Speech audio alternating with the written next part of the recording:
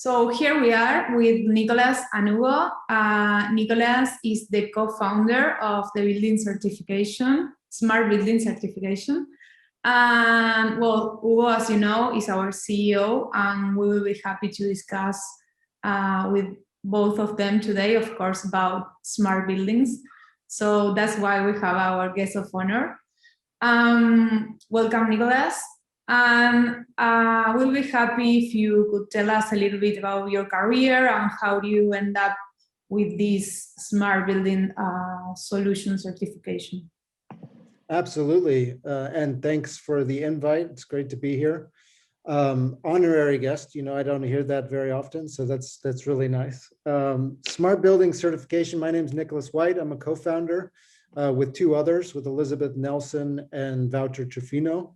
And it kind of has all emerged in a strange way. I also partner in another company called Lab, Learn, Adapt, Build, where we do research into the work environment, into the office environment and building environment, and what is the effect of buildings on people.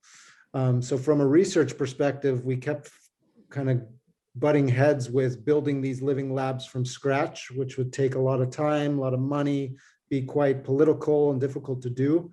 And then once we had technology in the building, it was easy. And the data that came off of that technology, as people in the smart building section know, it's amazing. But then we would be disheartened again when we would leave because that technology wasn't embedded in the business process. And so then it would go to waste. We would leave and then nobody would use that technology anymore. So we went to Global PropTech and Holland Contact PropTech, which are two major ecosystems of real estate, property technology. And we started talking to them of where is there kind of a standard that we can plug into. And after lots and lots of discussions, everybody agreed we needed it. And everybody also agreed that it didn't exist.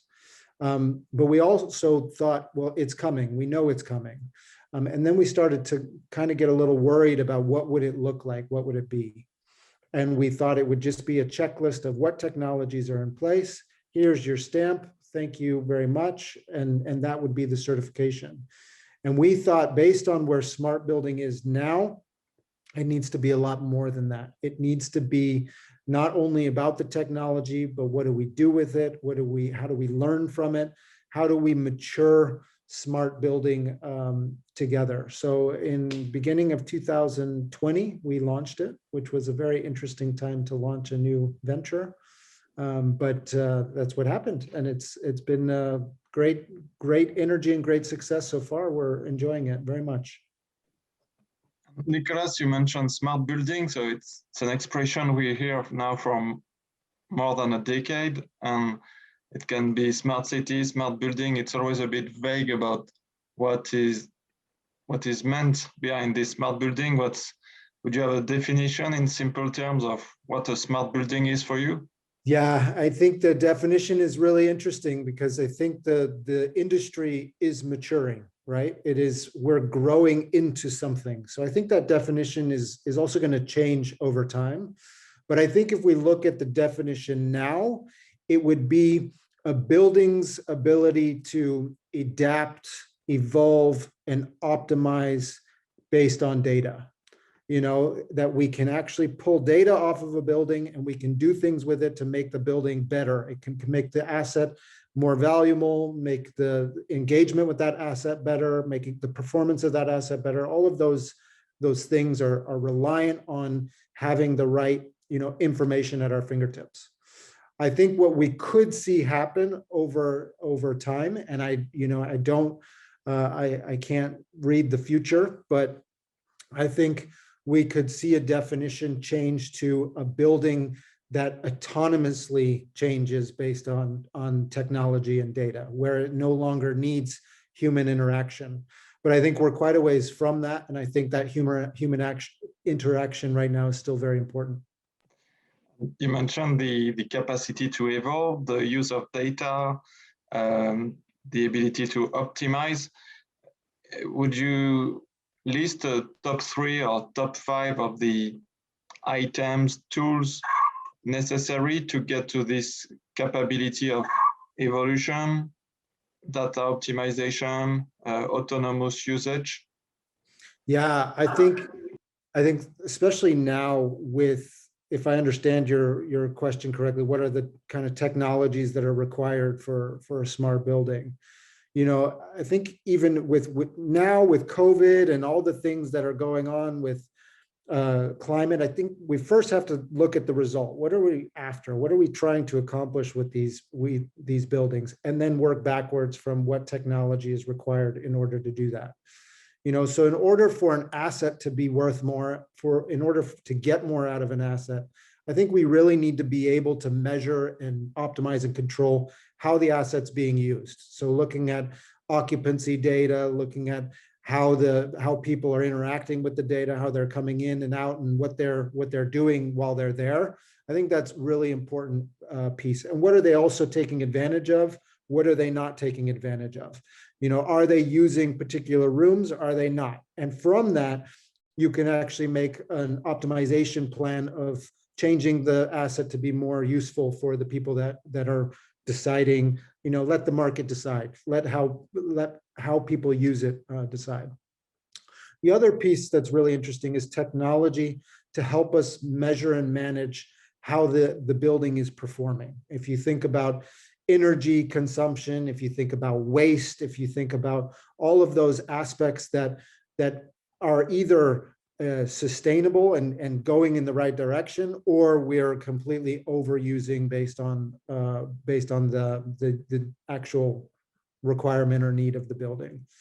And then finally, I think what's really important at this moment, and I think you see a lot of other standards and certifications touch on it, is the health and the well-being of the people that use it. So putting technology in place that really focuses on the indoor environment, focuses on how people are, you know, the air that people are breathing, the light that they're being exposed to, these types of things. And if you look at kind of that end result that we're after, there are, I would say, hundreds, if not thousands of technologies and systems that are on the market to help you achieve that goal. And they all do it in very different ways. So I think it's about making kind of informed decisions, but with that end in mind. And talking about maintenance, what role is the maintenance playing into the smart building in terms of importance towards the rest? Yeah, it's a critical piece, right? I mean, if you look at sustainability and you look at optimizing process, optimizing your use of people and team, I think that preventative maintenance and how we maintain the different systems and different aspects of the building are critically important. And I think the technology, you all included in what you guys are doing, the technology is getting better at making the process easier, but also giving us insight of when different systems and things are up for maintenance and servicing. Having sensors on devices to see when they're in use versus when they're not in use, when they start to overheat versus when they don't. I mean, they now have little sensors that you can put on every single device in a building, and you can see how it operates normally, right? You'll just see that every day it does exactly the same thing. And then all of a sudden, if you see those sensors kind of start to go up or down as far as heat or lack thereof, you can see that there's something wrong. So that's really critical. What we also see is some really smart solutions when it comes to water consumption, as an example, where they can start to detect leakage and waste much more easily and much more quickly. And I think it's all those types of solutions that really start to help us make maintenance much easier, right? And less time consuming with better process and yeah, more optimization of team as well. And over the last 18 months, did you observe some change in practice? If you were able to score different buildings, did you see some evolution recently? And yeah, if yes, what were they? Absolutely. I think if you look at the tech space, from things that are essential to COVID relief or making sure that we're being conscious about COVID, social distancing, air, absolutely, ventilation, air quality, these types of things. There's a lot of solutions coming out for disease prevention as far as killing the disease at the source. So wherever there's technologies that have supported that, they're kind of going through the roof. Everybody is really interested in it. And what's interesting now is that we see in the news and everything that vaccines are coming out, and we're all starting to get a little bit hopeful about, COVID could go away at some point. And I think that that's really, really great. It's fantastic if we can get back to the way things were, and, hopefully we've learned things and do things even better than we used to. But what I hope is that we realize now that we know how to prevent these things in the future, I hope we still put those things in the building so that if this happens again, we can have a different experience with it. We keep our fingers crossed for that. Yeah, absolutely. Absolutely. And today, what barriers or what constraints do you see for people to get into smarter buildings, to put in place better maintenance system, energy systems, engaging into using data to improve the service? What kind of things are restricting or slowing the diffusion of new technologies? Yeah, I think that's a really interesting question, because where is the constraint? Is the constraint on the technology, right? Or is the constraint on the people? And I think that technology is there. I think we know that the technology is there, and the technology will, of course, continue to improve and continue to evolve, and we're going to see more and more, even more robust technologies emerge. But I think where we're suffering a little bit as an industry and as a group is the noise, right? There's so many technologies, so many different concepts. There's a lot of conversation about smart solutions versus smart building, right? I think there's two very distinct differences there. I think very often there's buildings that say, oh, I tried a smart building once, it didn't work, so I'm not going to do it again. Whereas they most likely tried a smart solution that was a startup or a scale up that wasn't completely, proven yet or tested. And that's their definition of what a smart building is. And I think that really is hindering our ability to move forward faster. So we really, as an industry and as a collective, need to start breaking down these silos, looking at smart building more as a holistic view of what it is, and get everybody on the same page as to what that smart definition is. And then from there, I think we can start to accelerate things much, much more quickly. And I think the other thing that's challenging is where we are in time. People are not necessarily willing to take the risk of making these big investments into smart building until there's case studies that prove the value to the asset, prove the value to whatever the thing is that they're trying to do. And you can't get those case studies until you've taken the risk. So it's kind of this chicken and the egg of how do we get people to really take the step to implement smart buildings. And I think that's a really big challenge as well. Yeah. Probably the experience that enables people to stack up more technologies. I think once people get confident with one technology, they will more likely use more. For example, people who never did a Visio in their life 2 years ago, once they did once, they would be inclined to try the others, and they would learn, get up to speed much, much faster. And I see the same thing in building management. People who already adopted some technology, they are much more inclined to take a new one, implement it in a week or in a few hours potentially. And there is some gap and some difference between people who adopt technologies quickly and some others who are always a bit skeptical, waiting for the business case or the ROI to show up. So it's really interesting to see the different early adopters, people who are waiting for a mainstream solution to come up. Yeah, and I think the other thing that's really interesting is context, right? Like context for smart building is everything, because different asset classes, different businesses, different stakeholders in those businesses are going to use smart buildings for different reasons. You know, be it the optimization of the space for remodeling it or changing it, or, you know, being part of ESG and corporate sustainability and looking at energy consumption, or HR and health, you know, so everybody uses it for different reasons. And what you see often is people, you know, I have my smart building, where's the value, where's my money? And what we say from smart building certification is that your smart building is actually just the first step. You get the smart building in. Yes, there's a number of investments that need to happen in order for that to happen. But then how you use it can be exponential in, you know, tons of different directions with tons of different benefits and values that are derived from it. So yeah, it's a really interesting time in that regard.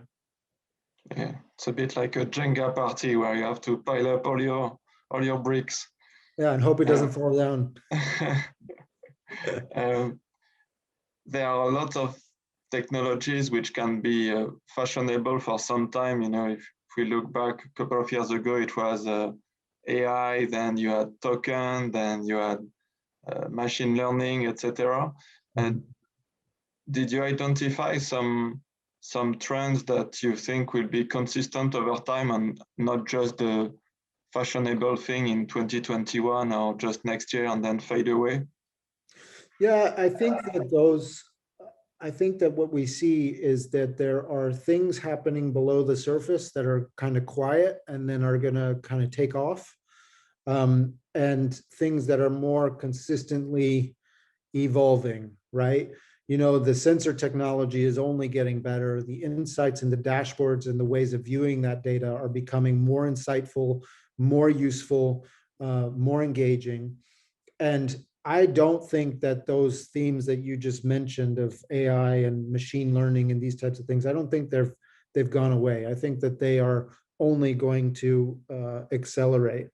And I think these buildings will become autonomous at some point in certain areas. I mean, there's some things that you can never automize. You know, there's, you know, human behavior and humans. Those are aspects you don't want to make autonomous because it's part of life and it's part of you know, the experience of life, and we need to foster that as well. But there are things that can be improved and made efficient through machines doing it for us, and then we can focus on the important things, you know. Talking about the important things, all these technologies, they will reshape the way facility managers work or how property manager works. On our side, from YourBest, we see a lot of tasks which can take much less time, and then it redefines the role, the job description of people in facility management, in property management. Well, what's your view on the evolution of these jobs which are human time and interaction with people?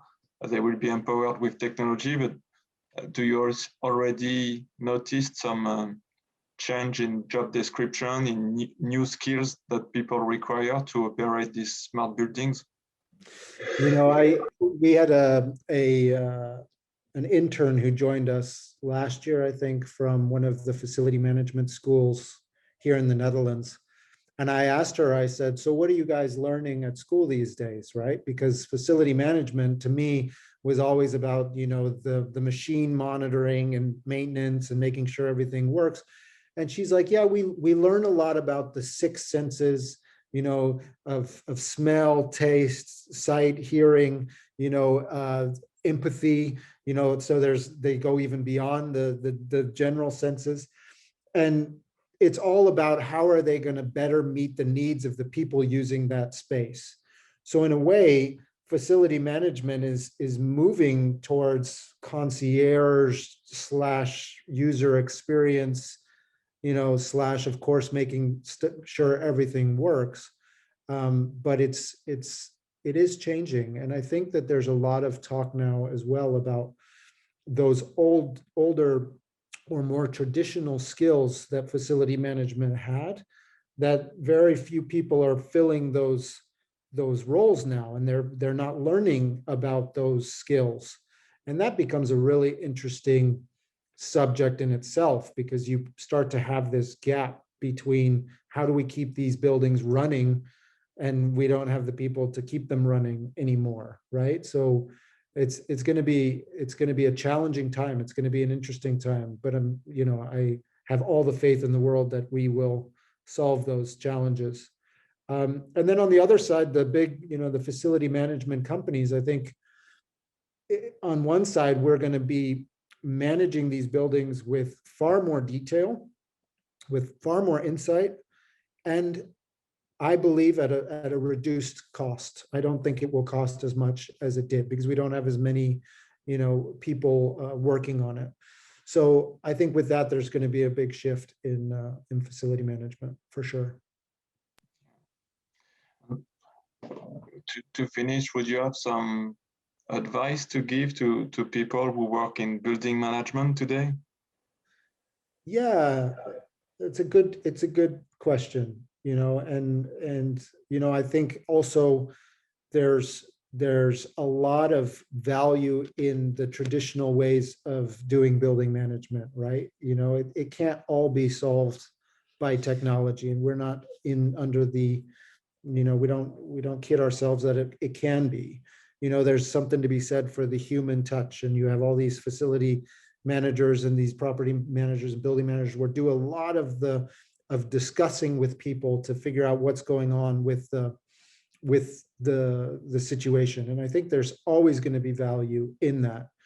I think if I would advise somebody from a smart building perspective, if they wanted to get involved in smart building and they wanted to improve the building based on smart building, I would suggest that they try and take good account of how well the asset is meeting the needs of their stakeholders, and do this always, right?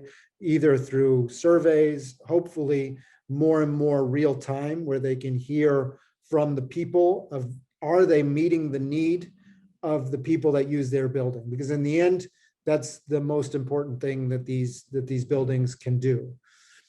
And then I think that very often we don't know what we don't know.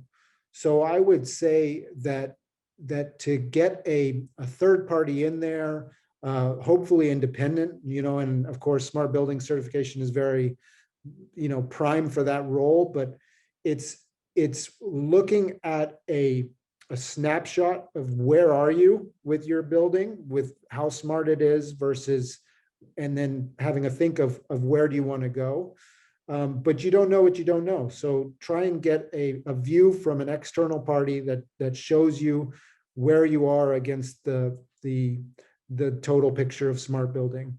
And then from there, start to educate yourself on different, hopefully low cost, low hanging fruit solutions that you can just implement very easily.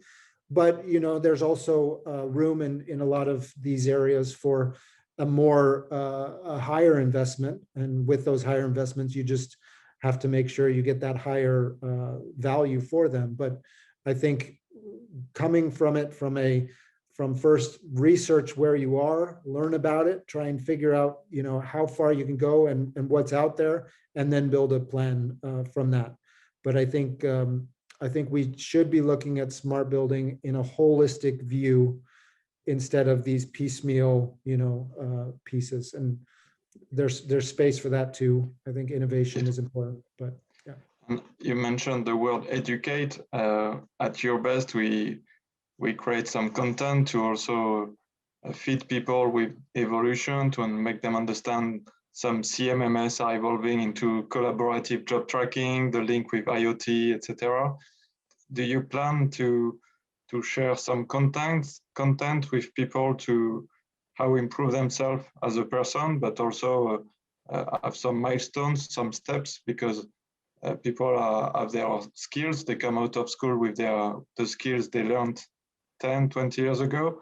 How do you get people up to speed with what is needed today? Do you prepare some content, videos, any books or anything?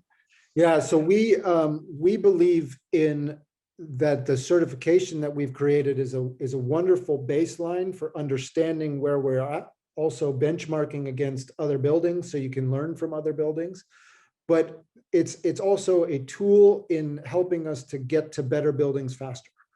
The other part of the tool, or the other part of what we need to do, is we're building an ecosystem of universities, real estate companies, startups, scale-ups, big property managers, all of the people that are involved in real estate and property technology.